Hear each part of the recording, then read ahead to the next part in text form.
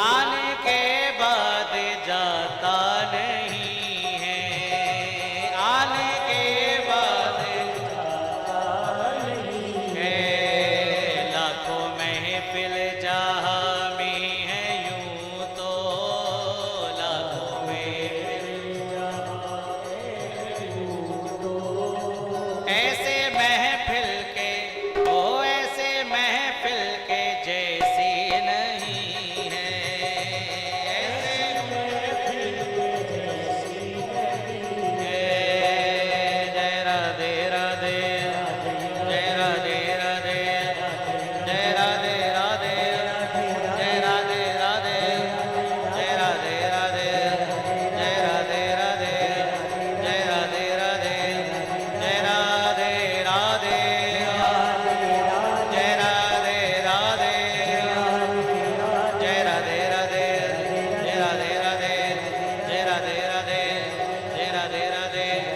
जय जय श्री राधे, जय जय श्री राधे, जय जय श्री राधे। कुंज बिहारी श्री हरिदास। हमारे ठाकुर का आनंद ही ऐसा है। जितासनो जित श्वासो जित संगौ जितेंद्रिय। सुखदेव राजा परीक्षित को भक्ति चरित्र में प्रवेश करा रहे हैं, जहां पर भागवत का जो दृष्टांत है आज से दो भागों में विभाजित होता है। पहला, नैमिषारण्य के पावन धाम पर शौनक आदि ऋषि प्रश्न करेंगे श्री सूत जी महाराज से, और आज से दूसरा राजा परीक्षित प्रश्न करेंगे इधर श्री सुखदेव जी महाराज से। दो भागों में चलती है। श्री सुखदेव जी महाराज से राजा परीक्षित भक्ति चरित्र का दृष्टांत पूछ रहे हैं कि जीव को भक्ति कैसे मिले। तो श्री सूत जी महाराज ने कह दिया, महाराज ये विदुर जी कौन थे? और मैंने सुना है विदुर जी भगवान के परम भक्त थे, और ये कौरव वंश ने विदुर जी को अपने ही राज्य से कैसे बाहर निकाल दिया? इस दृष्टांत को बताइए ना महाराज। श्री सूत जी महाराज कहते हैं, सुनो, ये तब का दृष्टांत है। एक बार जब हस्तिनापुर में समस्त लीला करने के उपरांत द्वारिकानाथ जा रहे थे, तो कुंती ने रथ के आगे खड़े होकर कह दिया, द्वारिकानाथ कहां जा रहे हो? स्तुति कर रही है कुंती कि आज इस हस्तिनापुर को छोड़कर तुम धराधाम पे जा रहे हो। आप मैं जिसको अपना भतीजा मानती थी वो तो साक्षात ब्रह्म है, और ये ब्रह्म तेज प्रकाश होकर हमारे ही बीच इतने वर्षों तक रहा, और हम उस लीलावतारी की लीला को समझ नहीं पाए। जिसे अभी तक हम अपना भतीजा मानते थे ये तो साक्षात ब्रह्म है, साक्षात भगवान है। जैसे ये बात कही तो नारायण कहते हैं, हमको कह रही हो बुआ, हम भगवान हैं? बोले हाँ, आदि पांडवों को विजय कराने वाले, द्रौपदी की भरी सभा में लाज बचाने वाले, लच्छाग्रह से बचाने वाले, उत्तरा के गर्भ की रक्षा करने वाले, आप कोई साधारण नहीं, आप ही नारायण हैं। उसी क्षण भगवान द्वारिकानाथ कहते, बुआ आप मेरे वास्तविक स्वरूप को पहचान गई, क्योंकि हर क्षण हर पल लीलावतारी द्वारिकानाथ ने सबसे कहा था कि मैं ब्रह्म हूं, मुझे पहचान लो। लेकिन ग्वाल बाल भी नहीं पहचान पाए, स्वयं नंद यशोदा नहीं पहचान पाए, देवकी वसुदेव नहीं पहचान पाए कि साथ में रहने वाला लीलावतारी विराजमान है, और हम उसे एक साधारण ग्वाल मानते रहे। अपना लाला मानते रहे, अपना सखा मानते रहे, अपना भाई मानते रहे, लेकिन ये कुंती पहचान गई। तो द्वारिकानाथ रथ से नीचे उतरे, कुंती के सन्मुख खड़े हो गए, बोले बुआ आपने मेरी महानता को पहचाना है तो आपके मन में क्या भाव है मुझे बताइए। ये भाव सुन करके कुंती कहती है महाराज इस हस्तिनापुर को छोड़कर मत जाओ, कुछ दिन और रहो। पांडव के सामने द्वारिकानाथ कह रहे हैं युधिष्ठिर, भीष्म, नकुल, सहदेव, अर्जुन, सुभद्रा, द्रौपदी, देख रहे हो ये बुआ जो है ना बुढ़ापे में लग रहा है सठियाए गई कि छोटे से बालक को देख करके भगवान बताए रही हैं। अब बताओ युधिष्ठिर काका हम भगवान है का? अब सब पांडवों की विजय होने के उपरांत सब जान गए थे ये जो हमारे साथ में रहने वाला है, जिसे अभी तक अपना लाला, अपना भतीजा, अपना भाई, बंधु करते, ये साक्षात ब्रह्म है। कुंती के साथ समस्त जितने भी पांडव श्रेष्ठ हैं एक साथ भगवान का नमन किया है। कृष्णाय वासुदेवाय देवकी नंदनाय च नंद गोप कुमाराय श्री कृष्णाय नमो नमः। आज इस भाव को देख करके कुंती के चरित्र का दृष्टांत बता रहे हैं कि बुआ आप मुझे भगवान मान रहे हो तो चलो आज मैं आपको वरदान देता हूं।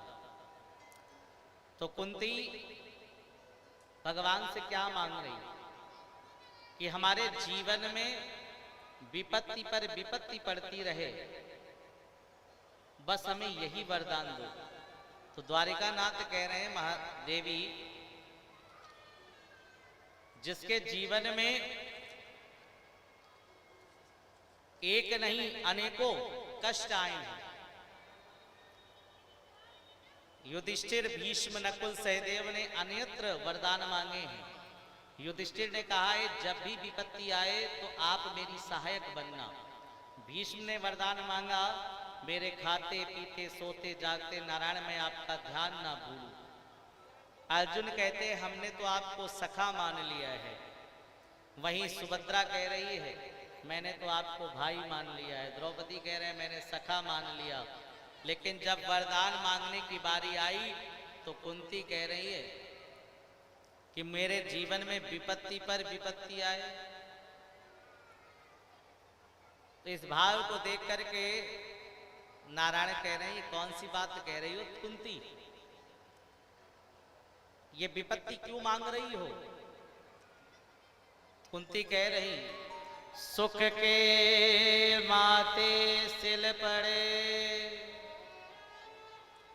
जो हरि हृदय से जाए, बलिहारे वह दुख की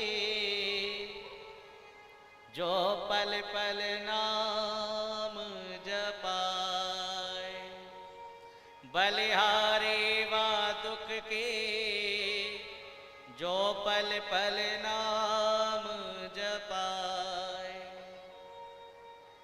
नारायण कह रहे हैं देखो भक्ति में कुछ मांगना चाहिए तो कुंती की तरह। पांडवों को कुंती का चरित्र बताया है कि जिसकी बाल्यावस्था से पिता का सुख जिसको ना मिला हो, किशोरावस्था आई पति का सुख कुंती को नहीं मिला।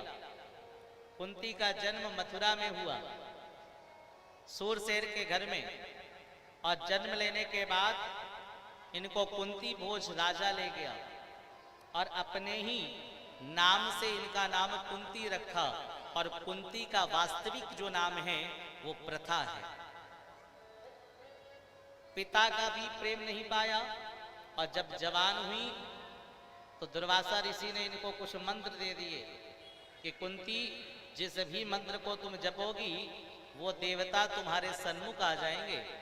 तो किशोरावस्था में भगवान सूर्य का ध्यान कर लिया, जिसके सूर्य के तेज से ये गर्भवती हो गई और लोक लज्जा के कारण उस गर्भ को यमुना में बहा दिया, जो कि कर्ण हुए। अब जब विवाह हुआ तो ऐसे पति के साथ जो पीलिया का रोगी, जिसको श्राप है कि जिस भी पत्नी के पास ये सहवास करने जाएगा उसी क्षण इसकी मृत्यु हो जाएगी, क्योंकि कुंती की सौतन है माद्री, जिनके पुत्र हैं नकुल और सहदेव। पिता का सुख नहीं, पति का सुख नहीं, और माद्री के बाद जब उनके कुंती का पति सहवास क्रिया करने गया तो सौतन के साथ सहवास क्रिया में ही वो प्राणांत हो गया, पति का सुख भी नहीं मिला। जन्म से लेकर अंत तक दुख पर ही दुख व्यतीत होता रहा। अंत में जब द्वारिकाधीश सामने आए तो कह रही मेरे जीवन पर विपत्ति आए कि क्या मांग रही हो। तो कुंती कह रही सुख के माथे सिल पड़े जो हरि हृदय से जाए। ऐसे सुख को मांगने के लिए क्या मांगू नाथ, जो सुख केवल क्षण मात्र रहता है। बलिहारी व दुख की जो पल पल ना जपाए। जीवन में जब दुख आता है तो हम ठाकुर को याद करते हैं कि दुख में सुमिरन सब करे, सुख में करे न कोई। जो सुख में सुमिरन करे तो दुख काहे का हो। ये कहने की क्रिया है। और हम क्या कहते हैं कि जीवन में दुख आए तो कभी ठाकुर से मत कहना कि मेरे जीवन में दुख आया है, कदापि नहीं। जब जीव अच्छा कर्म करता है तो कहता है मैंने किया, और जब जीवन में एक बार भी विपत्ति आती है, दुख आता है, तो क्या कहते हैं, जिब्या भी वही मुख भी वही, ठाकुर की इच्छा थी तो हो गई। अरे जीवन में कोई भी पिता अपने बच्चे को सुख और दुख नहीं देता। हर पिता ये चाहता है मेरा बच्चा हमेशा आनंद में रहे। तो वो द्वारिका नाथ क्यों तुम्हें दुख देगा। जब हमारे पाप बढ़ जाते हैं और जब हमारे अंदर मैं उत्पन्न हो जाता है तो हम भगवान से विमुख हो जाते हैं। हम अभिमानी होकर तात्पर्य है जब ये शरीर में बल है, व्यापार अच्छा चल रहा, परिवार अच्छा चल रहा है, तो भगवान की याद नहीं आती। और एक क्षण भी परमात्मा थोड़ा सा ही लीला कर देते हैं तो तुरंत ही हम जाकर घर के मंदिर पर बैठकर तुमरे बिन हमरा कौन नहीं। कारण स्वार्थ भक्ति है। आपका बच्चा दिन भर बाहर खेले और एक पल भी आपके पास ना आकर बैठे तो आपके अंदर क्रोध आता है कि नहीं आता है। कि जब देखो तुम पढ़ाई करते रहते हो, जब देखो खेलते रहते हो, दोस्तों के साथ रहते हो, घर पे समय नहीं देते हो। तो कभी कभी उस लीलावतारी का भी दृष्टांत सुन लिया करो। जो घर का मालिक है, घर पर बैठा है, वो भी इंतजार करता है कि घर के 5 लोग हैं, 10 लोग हैं, ये सब अपने में ही मस्त हैं और हमें केवल सुबह 24 घंटे में याद आती नहाने के बाद, उसके बाद कोई देखने नहीं जाता। तो वो भी कहते बनाया हुआ मेरा ही सब कुछ है, ये लीला मेरा है, ये संसार मेरा है, मैं था, मैं हूं, मैं ही रहूंगा। तो वो भी तो लीलावतारी लीला करते हैं। थोड़ी सी विपत्ति घर पे कर देते हैं और तुरंत ही क्या करते, सब कुछ छोड़ करके ठाकुर के पास घर के मंदिर में दीपक जलता, सुंदरकांड, हनुमान चालीसा, संकट कटे मिटे सब पीरा, जो सुमिरे हनुमत। इसीलिए कहता हूं दुख में सुमिरन मत करो। पाप के कारण जीवन में अश्रु आते हैं। अगर गलती रुलाती है तो राह भी दिखाती है, जो गिरकर फिर संभल जाए उसे इंसान कहते हैं। ये भरन तो दुनिया का पशु भी पेट भरते हैं, जो बंदा बांट कर खाए उसे इंसान कहते हैं। और मैं क्या कहता हूं कि सुख में सुमिरन सब करो, दुख में करो न कोई। जो सुख में सुमिरन करे तो दुख काहे का हो। जो सुख में सुमिरन करे तो दुख काहे का हो। जीवन में अच्छा कर्म कभी हो, कोई भी छोटा सा काम हो, एक बालक का विवाह करो, कुछ भी काम हो, तुरंत ही घर के जो मालिक देवताएं उनके पास जाओ, बड़ी कृपा बरस रही है, आज आपकी कृपा से मेरे घर में एक गाड़ी आई, बड़ी कृपा नाथ बरस रही है, आपकी कृपा से मेरा बच्चा पास होकर अगली स्थान पे जा रहा, बड़ी कृपा हो रही, आपके बच्चे का विवाह है नाथ, सब कुछ संभालना। जिस क्षण आपकी जिब्या से अपना भार उन पर सौंप दोगे, उसी क्षण आपसे अच्छा काम होना शुरू हो जाएगा। और जिस क्षण जिस कार्य को आप अपने लिए रखोगे कि मैं तो हूं, तो ठाकुर कहता है पहले तुम निपटा लो, फिर जब शरणागति होगे तो आओगे। तो तात्पर्य, जब घर का मालिक बैठा है तो प्रातः काल मालिक को प्रणाम करो, व्यापार करने जाओ, जब पूरी दुकानदारी हो जाए तो शाम को दीपक जलाओ, बैठो, आज उसने इतना पैसा दिया, उसने ये किया, बैठ के उनसे बातें करो, फिर उसके बाद उनको हिसाब दो। व्यक्ति कहता है पैसा रुकता नहीं, तो रुकेगा कहां से? जिसका है तुमने दिया कहां उसको? हम तो खुद ही उसके नौकर हैं। हम तो यही कहता हूं कि नौकर रख लो कान्हा जी, मुझको भी एक बार। नौकर रख लो कान्हा जी, मुझको भी एक बार। नौकर रख लो कान्हा जी, मुझको भी एक बार। नौकर रख लो कान्हा जी, मुझको भी एक बार। बस इतनी तनख्वाह देना, बस इतनी तनख्वाह देना, ओ बस इतनी तनख्वाह देना, बस इतनी तनख्वाह देना। तेरी सेवा मिल जाए तो ही किस्मत की बात है। मानव शरीर मिला, प्रातः काल उठो, सुंदर स्नान करो, अपने गुरु का ध्यान करते रहो, गुरु मंत्र का जप करते रहो, स्नान करके बाहर आओ, बैठो ठाकुर के पास, और बैठने के बाद उनसे वार्तालाप करो, सुंदर स्नान कराओ, श्रृंगार करो, सुंदर साज सज्जैया ठाकुर के हमारे करो, भोग स्वयं जब अपने लिए नाश्ता बनाने चलो तो बढ़िया नाश्ता शुद्ध रूप से एक और प्लेट तैयार करो और ले जाके तुलसी दल रखो और बैठा लो ठाकुर के पास, तुम भी पाओ और हम भी पाते हैं। उसके बाद सब कुछ करने के बाद उनसे कहना जा रहा हूं ठाकुर, अब व्यापार करने जा रहा हूं, शाम को मुलाकात करूंगा आपसे। दिन भर देखना, एक दिन बिना पूजा करे घर से निकल के देखना, और एक दिन ठाकुर और अपने गुरु को नमन करते हुए देखना, और दोनों दिन की मिलन कर लेना। देखना कितना आनंद पूर्वक जिस दिन पूजन करके निकलोगे, वो दिन की तुलना देखना कितनी आनंद पूर्वक, और जिस दिन बिना पूजन करे निकलो, किसी न किसी से विवाद होगा, मन भोजन रखा होगा, किसी न किसी कारण भी भोजन नहीं जाएगा। शाम को आओ, सुंदर हाथ पैर धोने के उपरांत फिर जाओ मंदिर पे, ज्यादा बैठकर पूजा नहीं करनी है, बैठ जाओ। आगे आप ठीक हो, भोजन पानी मिला आपको, बातें करो, भगवान मानकर नहीं मित्र मानकर। उसके बाद भोजन करने बैठो, तुरंत ही ध्यान कर लो, आओ ठाकुर, रूखा सूखा जो है ना दोनों मिलके पाते हैं। अरे रोज हम मंदिर जाते हैं, मित्र हैं, कभी तुम भी मेरे द्वार आया करो।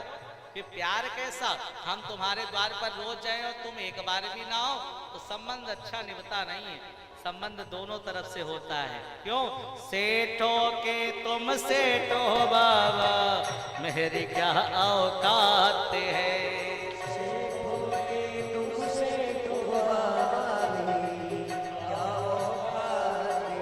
तेरी सेवा मिल जाए तो ये किस्मत की बात है।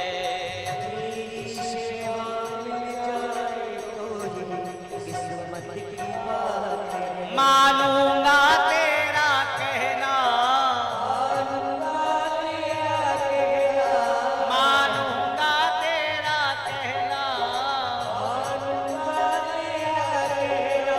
मैं करता हूँ इकरार, नौकर रख लो कान्हा जी, नौकर रख लो। क्या बात है। कौन कौन नौकर बनना चाहेगा ठाकुर का मेरे? बड़े प्यारे हो। हाथ दोनों हाथ मिलकर कहना, बस इतनी तनख्वाह देना, बस इतनी तनख्वाह देना, ओ बस इतनी तनख्वाह देना, बस इतनी तनख्वाह देना, मेरा सुखी रहे परिवार, नौकर रख लो कान्हा जी, मुझको भी एक बार, नौकर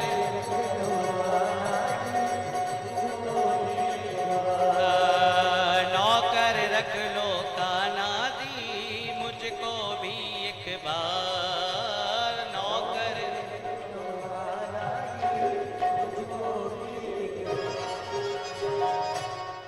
बस इतनी तनख्वाह देना, ओ बस इतनी तनख्वाह देना, मेरा सुखी रहे परिवार, नौकर रख लो कान्हा जी, हमको भी एक बार, नौकर हमको। बोले मोहिनी बिहारी सरकार, जय जय कुंज बिहारी। जीवन में समर्पण रखना तो एक नौकरी रख लो बस। और ये दुनिया वालों के द्वार पर जाकर नौकरी क्या करते हो तुम?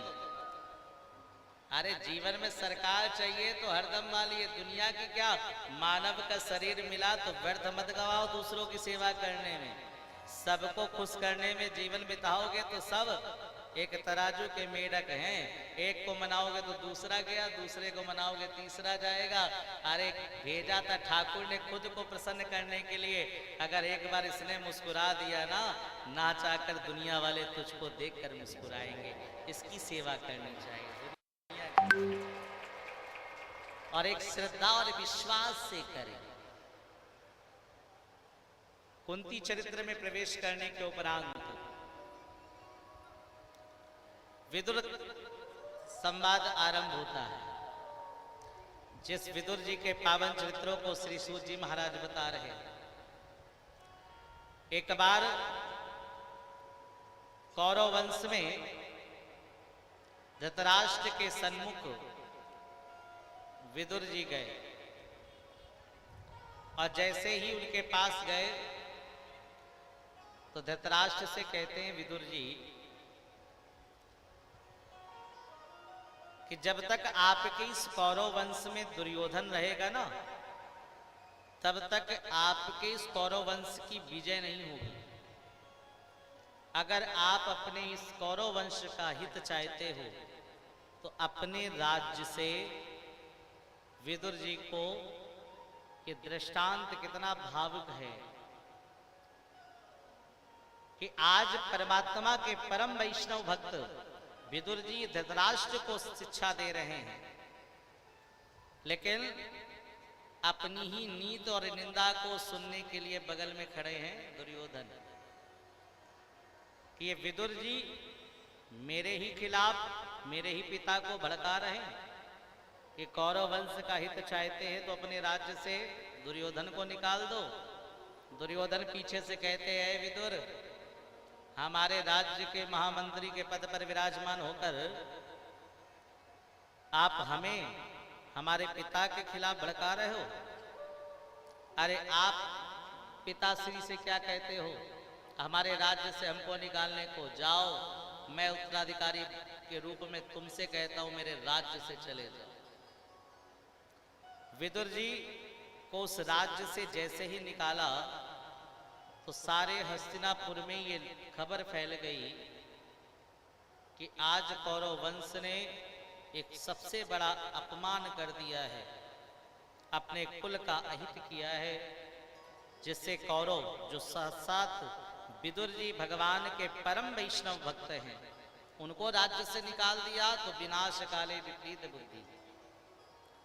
विदुर जी जाकर अपनी पत्नी से कहने लगे, देवी अब वो समय आ चुका है, अब हमें किसी की सेवा नहीं करनी है, अब हमें पर्णकुटी बना करके हमें उस परमात्मा की सेवा करनी होगी। पत्नी कहती है, क्यों?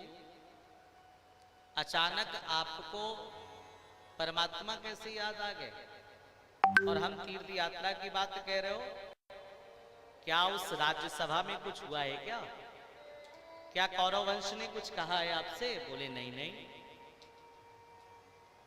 तो आप अचानक ये बात कैसे कह रहे हो? विदुर जी ने सारी बात अपनी पत्नी से छुपा ली।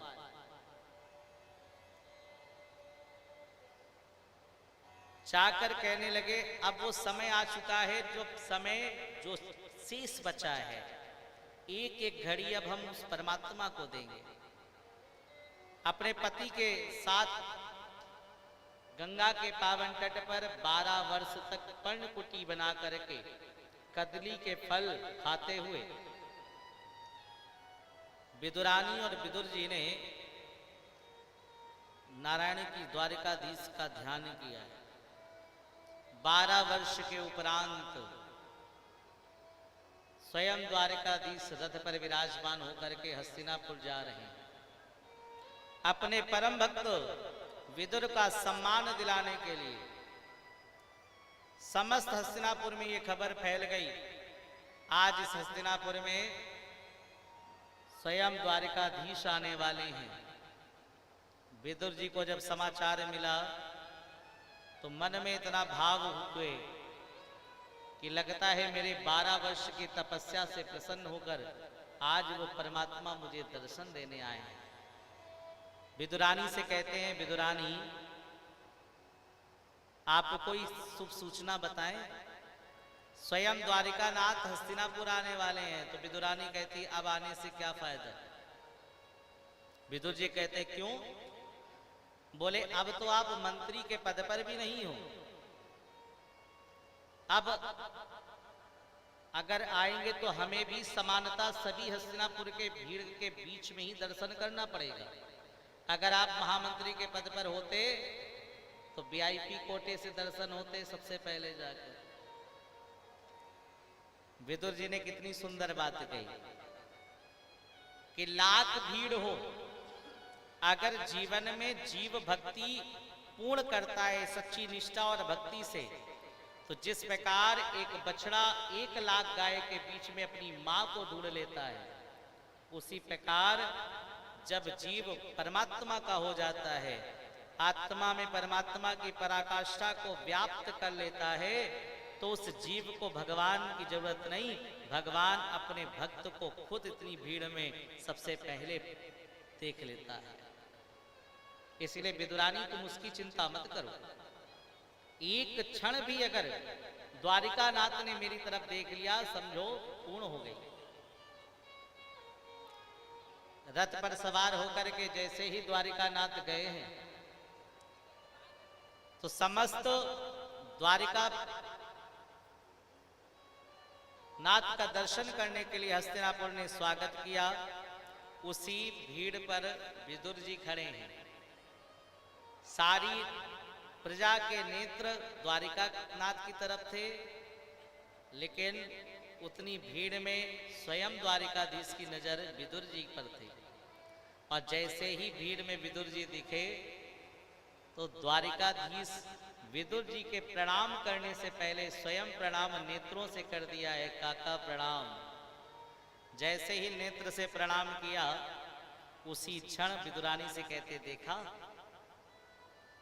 आज एक पल में ही हमारी भक्ति पूर्ण हो गई। विदुरानी कहते, हाँ हाँ, द्वारिकानाथ ने हमें देख लिया है।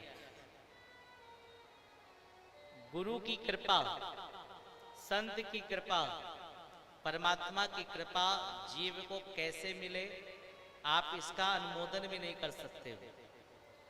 जिस प्रकार एक बतख अपने बच्चे को, उस अंडे को अपनी ही गर्माहट से बचाता है, पकाता है, पैदा करता है, उसी प्रकार गुरु कुछ भी ना बोले, अगर एक दृष्टि से आपको देखकर मुस्कुरा दिया, समझो आप पर कृपा हो गई। और हम क्या करते हैं कि किसी भी प्रसाद को, किसी भी धर्म, किसी भी मंदिर में जाकर जब पूर्ण रूपेण समर्पित नहीं हो जाते कि हमें ये पुष्प की माला भी मिल जाए, हमें ये भी मिल जाए, तो तात्पर्य क्या है, आपके अंदर कहीं ना कहीं लोभ है। और अगर बिहारी जी ने एक बार तुम्हारी दृष्टि में देख लिया, गुरु की कृपा एक बार भी आप पर नजर चली गई, आपका उद्धार हो गया, आपको जरूरत नहीं है आगे कुछ करने की, क्योंकि वो कृपा भू के रूप में होती है। विदुरानी अपने घर को चली गई। कौरव के द्वार पर द्वारिकाधीश ने अपने रथ को खड़ा किया।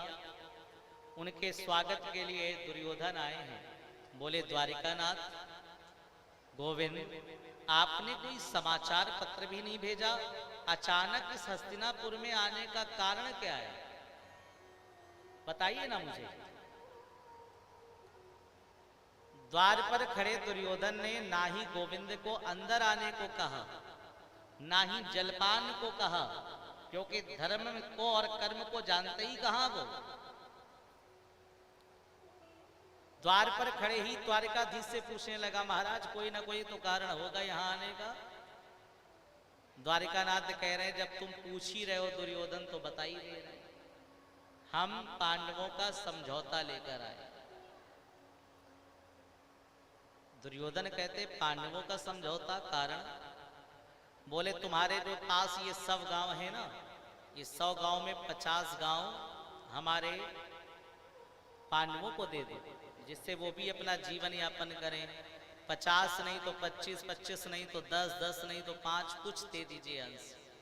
दुर्योधन क्रोध में आ गया। बोले, द्वारिकानाथ, अगर तुम पांडवों का समझौता लेकर मेरे द्वार पर आए हो, तो जाकर मेरा भी समझौते का उत्तर दे देना कि पांडवों को अगर एक भी अधिकार अंश मेरे राज्य का चाहिए, तो पहले कुरुक्षेत्र में आकर मुझसे युद्ध करें, तब आकर के वो अधिकारी हो सकता है।